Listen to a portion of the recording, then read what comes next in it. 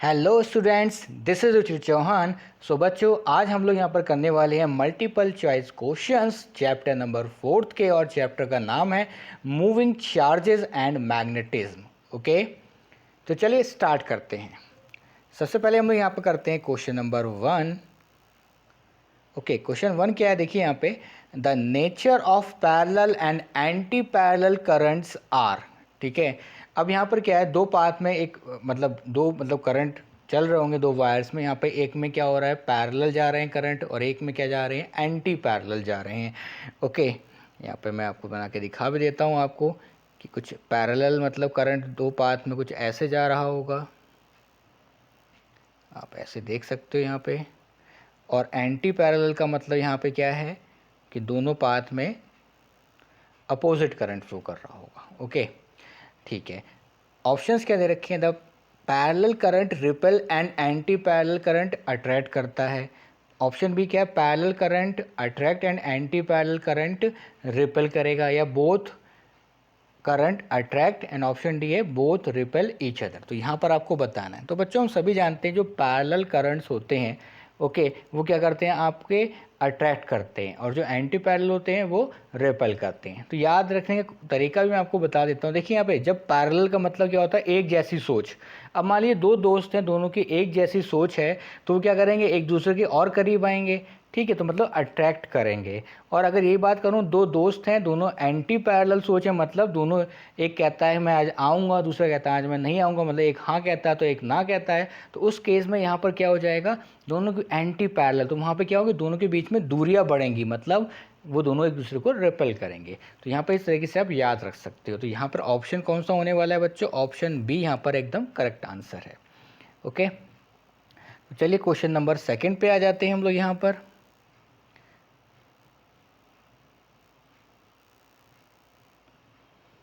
Question 2 क्या है यहाँ पे बच्चों, the magnetic movement of a current I, ठीक है, carrying circular coil of radius R and number of turns N as. थोड़ा सा मैं रब कर देता हूँ।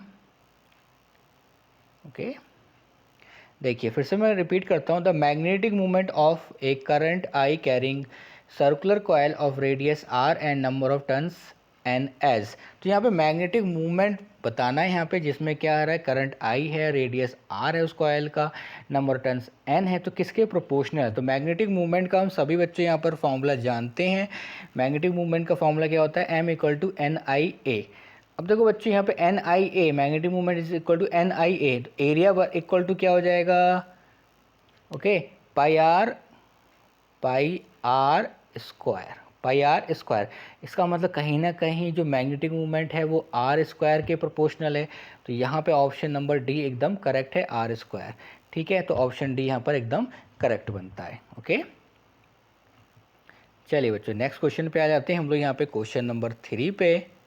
क्वेश्चन 3 क्या है यहाँ पे, a current carrying loop placed in a uniform magnetic field, the torque acting on it does not depend upon. अब टॉर्क किन बातों पे डिपेंड नहीं करेगा, देखिए यहाँ पे क्या है कि एक करंट कैरिंग लूप है जिसमें रखा गया यूनिफॉर्म मैग्नेटिक फील्ड में।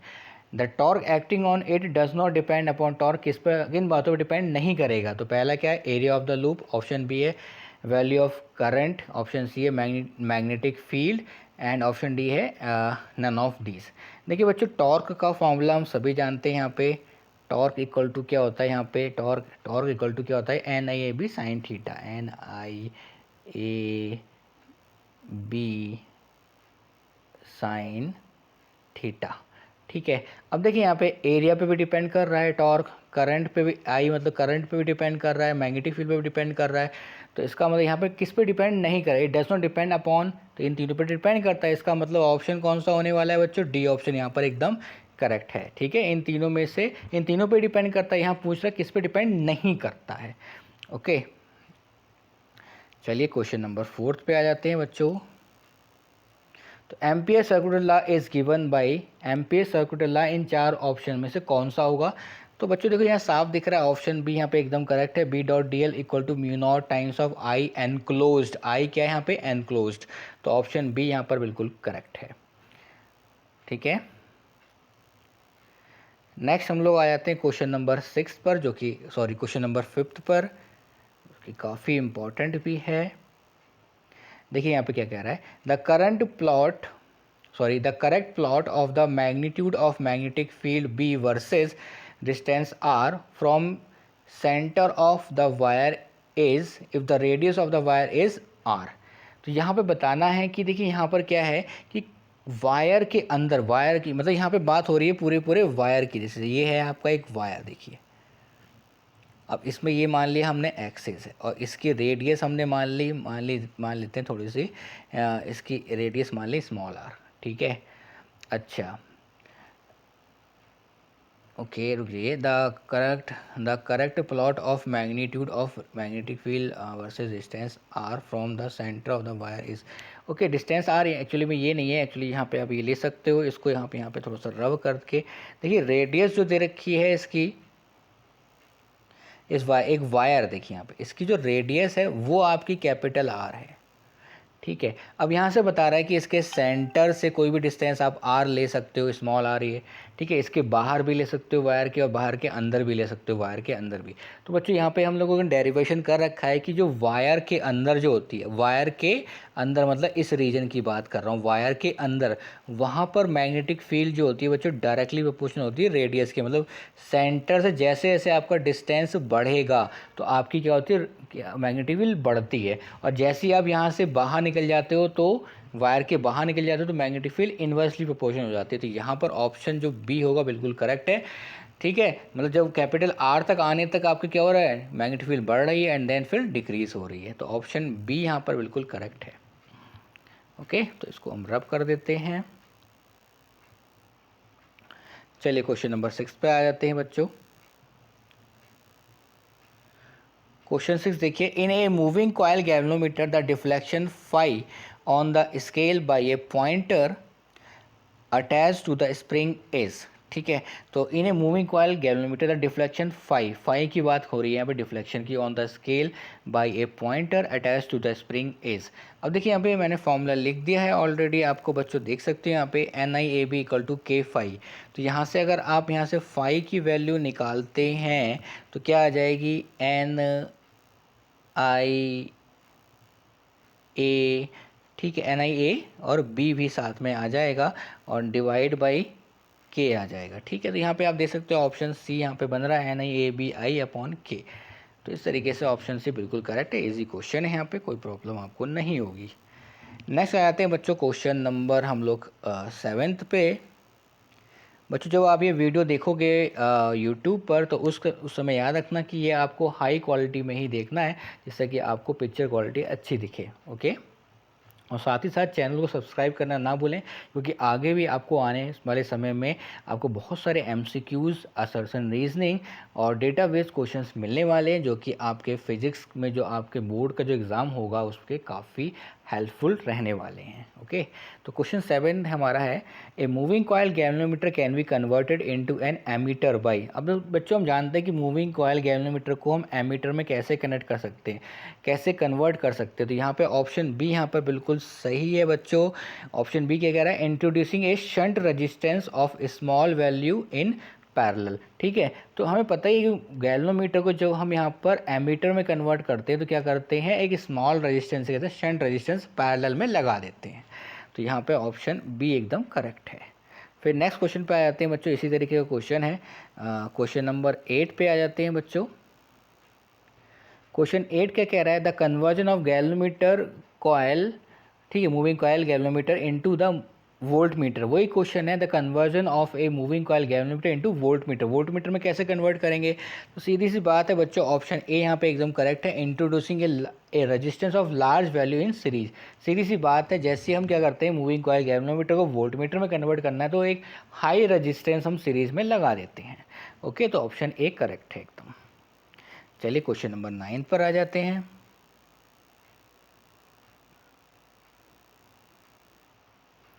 क्वेश्चन 9 कुछ इस प्रकार है, when a magnetic compass needle is carried near by to a straight wire carrying current, then क्या कह रहा है कि भाई एक कंपास नीडल को ले आए किसके पास, एक करंट कैरिंग वायर के पास। फिर दो पार्ट दे रखे हैं यहाँ पे, फर्स्ट क्या हो रहा है, the straight wire cause A noticeable deflection in the compass needle. ठीक है, अब जो स्ट्रेट वायर जिसमें करंट जा रहा था उसकी वजह से क्या हो रहा होगा, कंपास नीडल में डिफ्लेक्शन आ रहा होगा। ठीक है, बात सही भी है। और सेकंड पार्ट क्या दे रखा है, the alignment of the needle is tangential to an imaginary circles with straight wire as its center and has a plane perpendicular to the wire। ये बात भी बिल्कुल सही है, क्योंकि देखिए यहाँ पे जो एक्चुअली में क्या होता है कि जो करंट कैरिंग वायर है और ये कंपास नीडल है, तो यहाँ से जो मैग्नेटिक फील्ड निकलती है, कंपास नीडल क्या करता है, उसी के मैग्नेटिक फील्ड को क्या होता है, उसी मैग्नेटिक फील्ड के साथ क्या करता है, डिफ्लेक्ट भी करता है कहीं ना कहीं। ठीक है, तो यहाँ पे ये बात सही है, the alignment of the needle is tangential to an imaginary circle. जो सर्कल्स होते हैं ना उसके टेंजेंट इसका डायरेक्शन जो दिखाता है किस तरीके से, इसके टेंजेंशियल दिखा देता है। ठीक है, तो यहाँ पर ये बात भी बिल्कुल सही है। तो इसमें यहाँ आप कह सकते हो कि ऑप्शन सी बिल्कुल करेक्ट है, both first and second part are correct. Okay, दोनों ही पार्ट यहाँ पे बिल्कुल सही हैं। एक्चुअली यहाँ पे जो कंपास नीडल है क्या दिखाता है, इसका मैग्नेटिक फील्ड्स का डायरेक्शन दिखा देता है। ठीक है, मैग्नेटिक फील्ड कैसे चल रही है, कंपास नीडल भी टेंजेंशियली उन मैग्नेटिक फील्ड्स को फॉलो करता हुआ चलता है।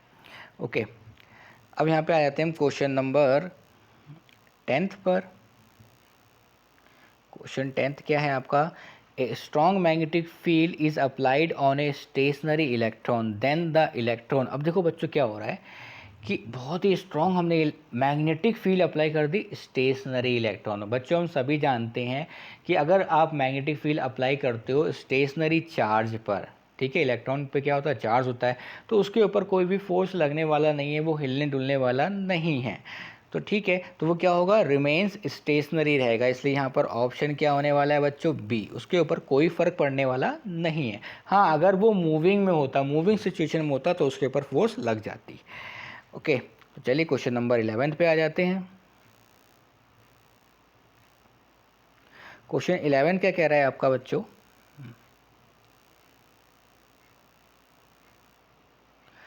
In an inertial frame of reference the magnetic force on a moving charge particle is F. ठीक है, एक इनर्शियल फ्रेम में मैग्नेटिक फोर्स कितनी, F. It's value in another inertial frame of reference will be. अब यहाँ पे दूसरे frame of reference में क्या होगी, सीधी सी बात है बच्चों, यहाँ पे ऑप्शन सी सही है। यहाँ पर सी ऑप्शन होगा यहाँ पे, the change due to change in velocity of charge particle. ठीक है, तो यहाँ पे क्या होगा, मैग्नेटिक फोर्स क्या हो जाएगी, बदल जाएगी due to the change of particle, change of velocity of charge particle. दूसरा फ्रेम होगा, उसमें फ्रेम में वेलोसिटी दूसरी होगी, तो वहाँ पर उस जैसी वेलोसिटी चेंज होगी तो कहीं ना कहीं फोर्स भी वहाँ पर चेंज हो जाएगी।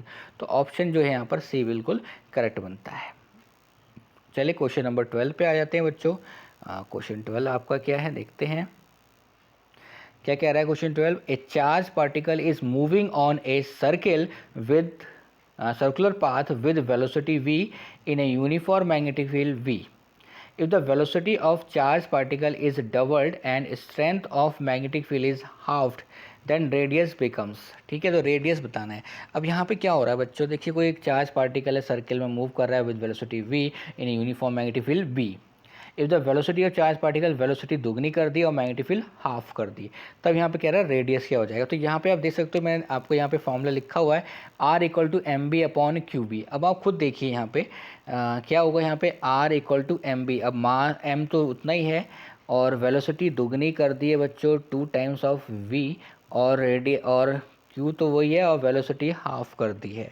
ठीक है, b/2, तो ये 2 भी ऊपर आ जाएगा, तो यहाँ पे 4 टाइम्स हो जाएगा, 4 times of M B upon Q B. तो इसका मतलब आंसर कौन सा होने वाला है बच्चों, बी ऑप्शन हो जाएगा, 4 टाइम्स हो जाएगा। ठीक है, तो मुझे लगता है आपको ये समझ में आ गया होगा, इजी था क्वेश्चन। चलिए नेक्स्ट क्वेश्चन पे आ जाते हैं बच्चों। पहले इसे थोड़ा सा रब कर देते हैं। चलिए क्वेश्चन नंबर 13 क्या है हमारा, देखते हैं यहाँ पे। An electron is projected with uniform velocity along the axis of the current carrying long solenoid. Which of the following is true? Okay, option A क्या दे रखा है, the electron will be accelerated along the axis, the electron will be circular along the axis. Option C क्या, the electron will experience a force of at 45 degree to the axis and hence execute a helical path. And option D कह रहा है, the electron will continue to move with uniform velocity along the axis of the solenoid. अब जो question क्या है यहाँ पे, the electron is projected with the uniform velocity along the axis of the current carrying solenoid. अब देखिए यहाँ पे सोलेनॉइड के एक्सिस के अलोंग है, देखिए सोलेनॉइड के ये है एक्सिस, इसी के अलोंग आपका क्या कर रहा है, जो चार्ज पार्टिकल है वो मूव कर रहा है इसके पैरेलल। तो यहाँ पर जब पैरेलल, अब देखिए यहाँ पे किसी भी मैग्नेटिक फील्ड के, यहाँ पे मैग्नेटिक फील्ड क्या होती है बच्चों, एक्सिस के अलोंग होती है सोलेनॉइड के अंदर। अगर मैग्नेटिक फील्ड और चार्ज पार्टिकल दोनों सेम डायरेक्शन में मूव करें, ठीक है, मतलब मैग्नेटिक फील्ड एंड वेलोसिटी अगर सेम डायरेक्शन में है चार्ज पार्टिकल की, तो उस केस में वहाँ पर उसके ऊपर कोई एक्सटर्नल फोर्स नहीं लगती और जो इलेक्ट्रॉन होगा वो अपनी पाथ को ही फॉलो करेगा। इसलिए आपका यहाँ पे ऑप्शन नंबर डी हो जाएगा करेक्ट। ओके, उसकी पाथ में कोई चेंज नहीं होगा, वो सीधा ही चलेगा। ओके, चलिए क्वेश्चन नंबर हम लोग आ जाते हैं 14 पर। 14 क्या कह रहा है बच्चों, if a charge particle moves through a magnetic field perpendicular to it, अगर कोई चार्ज पार्टिकल है मैग्नेटिक फील्ड के परपेंडिकुलर मूव कर रहा है, सीधी सी बात है, हमें सबको पता है बच्चों, सॉरी ये थोड़ा एक्सपेंड हो गया, हम सभी जानते हैं अगर आप मैग्नेटिक फील्ड के परपेंडिकुलर मूव करेंगे, रुक जाइए थोड़ा सा इसको रब कर देते हैं, अगर आप मैग्नेटिक फील्ड, अगर आपकी मैग्नेटिक फील्ड ये है और अगर आपका चार्ज पार्टिकल इसके परपेंडिकुलर मूव कर रहा है, तो आप कैसी पाथ ट्रेस करोगे, सर्कुलर पाथ ट्रेस करोगे। ठीक है, अब सर्कुलर पाथ होगी तो आपकी वेलोसिटी लगातार हर एक पॉइंट पे चेंज होगी, मतलब मोमेंटम चेंज होने वाला है। और सर्कुलर पाथ जब आप करते हो तो यहाँ पे टोटल एनर्जी क्या रहती है, कंजर्व रहती है। ठीक है, तो यहाँ पर ऑप्शन सी बिल्कुल करेक्ट होगा। यहाँ पे energy is constant but momentum changes, तो ऑप्शन सी यहाँ पर क्या होगा, करेक्ट होगा, क्योंकि मोमेंटम आपका चेंज हो रहा होगा लगातार, क्योंकि वेलोसिटी चेंज हो रही है। ओके, चलिए क्वेश्चन नंबर हम लोग 15 पर आ जाते हैं बच्चों।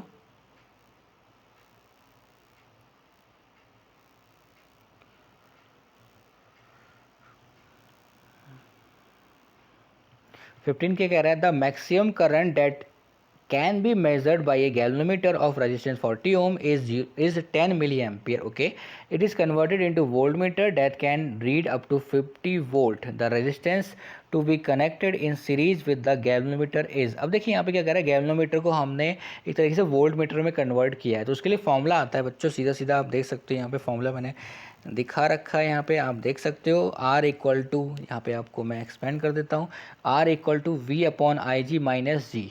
ठीक है, अब यहाँ पे क्या कह रहा है, रेजिस्टेंस कितना लगाना है, तो यहाँ पे वोल्टेज दे रखा है ऑलरेडी आपका 50 वोल्ट। ओके, 50 वी की जगह 50 वोल्ट रखोगे, आई जी जो है गैल्वेनोमीटर करंट कितना 10 मिली एम्पियर, और कैपिटल जी गैल्वेनोमीटर का रेजिस्टेंस दे रखा है 40 ओम। ये वैल्यू आपको पुट करनी है, तो आप अगर ये पुट करते हो तो ऑप्शन जो है आपका डी यहाँ पर करेक्ट हो जाएगा। ठीक है, तो इसमें सीधा डायरेक्ट फॉर्मूला है, लगाना है आपको, इंपॉर्टेंट क्वेश्चन है भाई बच्चों, आता रहता है।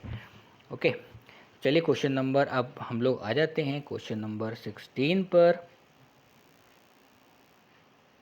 क्वेश्चन 16 क्या कह रहा है, a current loop placed in a non uniform magnetic field experience. अब देखिए यहाँ पे अगर कोई current loop non uniform magnetic field में रख देंगे तो उसके ऊपर बच्चों फोर्स भी लगेगी और टॉर्क भी लगेगी, तो यहाँ पर ऑप्शन जो है यहाँ पर डी बिल्कुल करेक्ट है। आप यहाँ पे देख सकते हो ऑप्शन डी बिल्कुल करेक्ट है, force and torque will act on it. Okay, चलिए नेक्स्ट क्वेश्चन पे आ जाते हैं बच्चों। यहाँ पे if the beam of electron and protons move parallel to each other in the same direction then they, अब देखिए आप beam of electron and proton है, तो अगर देखिए प्रोटोन अगर मूव कर रहा है, जिस डायरेक्शन प्रोटोन मूव करता है उसी डायरेक्शन में करंट चलता है, और इलेक्ट्रॉन क्या कर रहा है, if the beam of electron and proton move parallel, electron अगर इधर ही मूव कर रहा है तो करंट क्या होगा, इसके अपोजिट डायरेक्शन में होगा। तो आप यहाँ पे देख सकते हो कि दोनों करंट क्या है, यहाँ पे एंटी पैरेलल है, और एंटी पैरेलल क्या करेंगे, रिपेल करेंगे, तो इस हिसाब से यहाँ पर क्या हो जाएगा, ऑप्शन बी यहाँ पर करेक्ट बनता है। चलिए आ जाते हैं क्वेश्चन नंबर 18 पर बच्चों।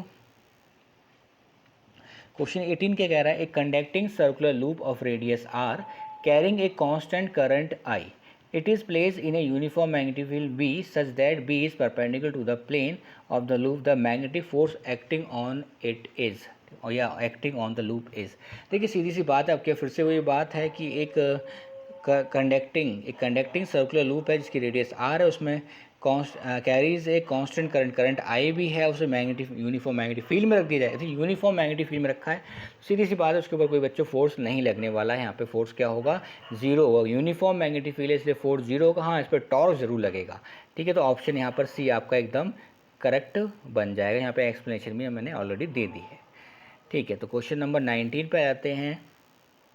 19 क्या कह रहा है, in a circular coil of radius R the magnetic field at the centre of the centre is proportional to. ठीक है, एक कोई करंट कैरिंग कॉइल है, सर्कुलर करंट कैरिंग कॉइल है, इसमें करंट मूव कर रहा है, इसके सेंटर पे बताना है भैया, इसके सेंटर पे मैग्नेटिक फील्ड क्या होगा। सीधी सी बात है, यहाँ पर बच्चों मैंने फॉर्मूला दे दिया है, B = μ0I/2r होगा इसका मैग्नेटिक फील्ड सेंटर पे। और देख सकते हैं यहाँ पे magnetic field is inversely proportional to R है, तो यहाँ पे ऑप्शन नंबर आपका सी यहाँ पर एकदम करेक्ट हो जाएगा, देख सकते हो आप यहाँ पे। ओके, चलिए क्वेश्चन नंबर आ जाते हैं हम लोग अब 20 पर। क्वेश्चन 20 क्या कह रहा है, the current sensitivity of A moving coil galvanometer increases with decrease in. Current sensitivity बढ़ाई जा सकती है, ठीक है, क्या डिक्रीज करके, इनमें से कौन कौन से डिक्रीज करके। ठीक है, अब यहाँ पे देख सकते हो करंट सेंसिटिविटी का बच्चों मैंने फार्मूला ही दे दिया है, SI = NBA/K। अब क्या, अगर आप देखो मैग्नेटिक फील्ड को डिक्रीज़ करोगे, बी को डिक्रीज़ करोगे तो सेंसिटिविटी डिक्रीज हो जाएगी, एरिया को डिक्रीज़ करोगे तो भी डिक्रीज हो जाएगी। ठीक है, बढ़ेगी नहीं। ठीक है, क्या करना है, इंक्रीज़ करना है। तो यहाँ पे अगर आप डिक्रीज़ करोगे मैग्नेटिक फील्ड को तो इंक्रीज़ तो ही ना होगी, और नंबर ऑफ टर्न्स को अगर आप डिक्रीज़ करो तो भी इंक्रीज़ नहीं होगी। तो यहाँ पर ऑप्शन क्या होगा बच्चों, डी ऑप्शन यहाँ पे करेक्ट हो जाएगा। चलिए क्वेश्चन नंबर आ जाते हैं बच्चों हम लोग यहाँ पर 21 पर। 21 क्या कह रहा है, how much force will be experience by a moving charge in A magnetic field, the symbol have their usual meanings. बहुत ही इजी क्वेश्चन है, फोर्स बताना है यहाँ पे कि मूविंग चार्ज पे कितना लगने वाला है। तो हम सभी जानते हैं F = QVB sin थीटा होता है, या F = Q times of V cross B होता है। तो यहाँ पे ऑप्शन नंबर डी दिख रहा है साफ साफ, वही होगा करेक्ट। चलिए क्वेश्चन नंबर 22 पे आ जाते हैं। Tesla is the unit of, हम सभी जानते हैं टेस्ला किसकी यूनिट होती है बच्चों, मैग्नेटिक फील्ड की होती है। तो ऑप्शन सी यहाँ पर बिल्कुल करेक्ट है। नेक्स्ट क्वेश्चन पे आ जाते हैं बच्चों, इजी क्वेश्चन था यहाँ पे, the radius of the trajectory of charge particle in a uniform magnetic field is proportional to the. ठीक है, तो यहाँ पर क्या होगा, मोमेंटम ऑफ द पार्टिकल। हमें पता ही है रेडियस का फॉर्मूला होता है बच्चों R = mv/qv। तो यहाँ पे mv यहाँ पे क्या है, मोमेंटम, तो सीधे कह सकते हो आप मोमेंटम के प्रोपोर्शनल होता है। तो यहाँ पे ऑप्शन नंबर सी करेक्ट है। ओके, चलिए नेक्स्ट क्वेश्चन पे आ जाते हैं बच्चों तेज़ी के साथ, टाइम भी ना लगे ज़्यादा। ये अच्छा क्वेश्चन है, the strength of magnetic field at the centre of the circular coil is. अब इस फिगर को देख के बताना है हमें कि सेंटर पे कितना मैग्नेटिक फील्ड लग रहा होगा। तो देखिए यहाँ पे जो सर्कुलर कॉयल है, आप यहाँ पे ये देख सकते हो, ये वाली जो कॉयल है, इतना देखते हो पोर्शन, ये वाली सर्कुलर कॉयल है, इसकी वजह से मैग्नेटिक फील्ड कितना होने वाला है, μ0I/, ठीक है, μ0I/2r हो जाएगा। ठीक है, तो μ0I/2r। अब देखिए यहाँ पे इसकी वजह से जो करंट जा रहा है, इसकी वजह से मैग्नेटिक फील्ड इन्वर्ट होगा। ठीक है, अब यहाँ पे देख सकते हो, ये जो वायर देख रहे हो आप, ये जो वायर देख रहे हो, इसकी वजह से मैग्नेटिक फील्ड क्या होगा, आउटवर्ड होगा। और अगर आप इसको सीधा बना देते हैं, बिल्कुल सीधा, और यहाँ से रेडियस क्या हो जाएगी R, तो यहाँ पे भी आप लोगों को पता है कि करंट कैरिंग वायर की वजह से एक पर्टिकुलर पॉइंट P पर या पर्टिकुलर पॉइंट O पर अगर मैग्नेटिक फील्ड निकालना है तो क्या होगा, μ0I/2πr। और इन दोनों का डायरेक्शन क्या होने वाला है, अपोजिट होने वाला है। तो यहाँ पे क्या हो जाएगा, माइनस टाइम्स ऑफ μ0I/2πr आ जाएगा बच्चों, 2πr। तो यहाँ पर ऑप्शन नंबर सी एकदम करेक्ट है। ठीक है, दोनों मैग्नेटिक फील्ड अपोजिट जा रहे हैं एक दूसरे के, इसलिए नेगेटिव आ गया। चलिए अब आ जाते हैं बच्चों क्वेश्चन नंबर 25 पर, जो कि आखिरी क्वेश्चन है। ए circular coil of radius 4 centimetre end of 20 tons carries a current of 3 ampere. It is placed in a magnetic field of intensity 0.5 Weber per meter square. Okay, the magnetic dipole movement of the coil. देखिए magnetic dipole movement निकालना बहुत ही easy question है। Dipole movement बराबर होता है NIA। Number of turns कितने हैं यहाँ पे बच्चों, 20 है। आई कितना दे रखा है करंट, 3 एम्पियर दे रखा है। और एरिया कितना दे रखा है, रेडियस पता है आपको, रेडियस बराबर क्या होता है, रेडियस दे रखी है, तो एरिया निकालना है कॉयल का, तो एरिया इक्वल टू क्या होता है, पाई आर स्क्वायर। अब यहाँ पे ये बात याद रखना है, जो इस रेडियस को सेंटीमीटर में दे रखा है, सेंटीमीटर को आप मीटर में कन्वर्ट कर देंगे और यहाँ से पाई आर स्क्वायर करके एक आप ना एरिया निकाल लेंगे और यहाँ पे आप पुट कर देंगे NIA में। तो यहाँ पे आप देखोगे तो ऑप्शन नंबर बी आ जाएगा करेक्ट। ठीक है, तो इजी था, यहाँ पे कोई नहीं, सीधा फॉर्मूले में पुट करनी है वैल्यूज़। ओके, तो मुझे लगता है आपको सब समझ में आ गया होगा बच्चों। अगर कोई डाउट है तो कमेंट बॉक्स में कमेंट कर सकते हैं। Thank you very much.